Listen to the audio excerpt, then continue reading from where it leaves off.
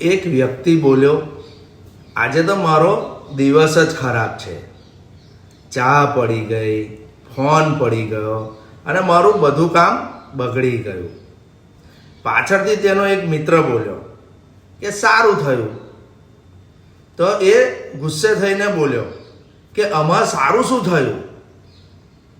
મિત્ર હસ્યો અને બોલ્યો કે કલ્પના કર કે આ બધું જો તારા માથા ઉપર પડ્યું હોત તો બસ એ દિવસથી એ માણસે ફરિયાદ છોડીને હસીને જીવવાનું શીખી લીધું. તો મિત્રો, પોઝિટિવ રહો તો લાઈફમાં કોમેડી પણ દેખાશે. ટેન્શન નહીં લો, સીન બદલો અને સ્મિત લાવો. સમજ્યા ને?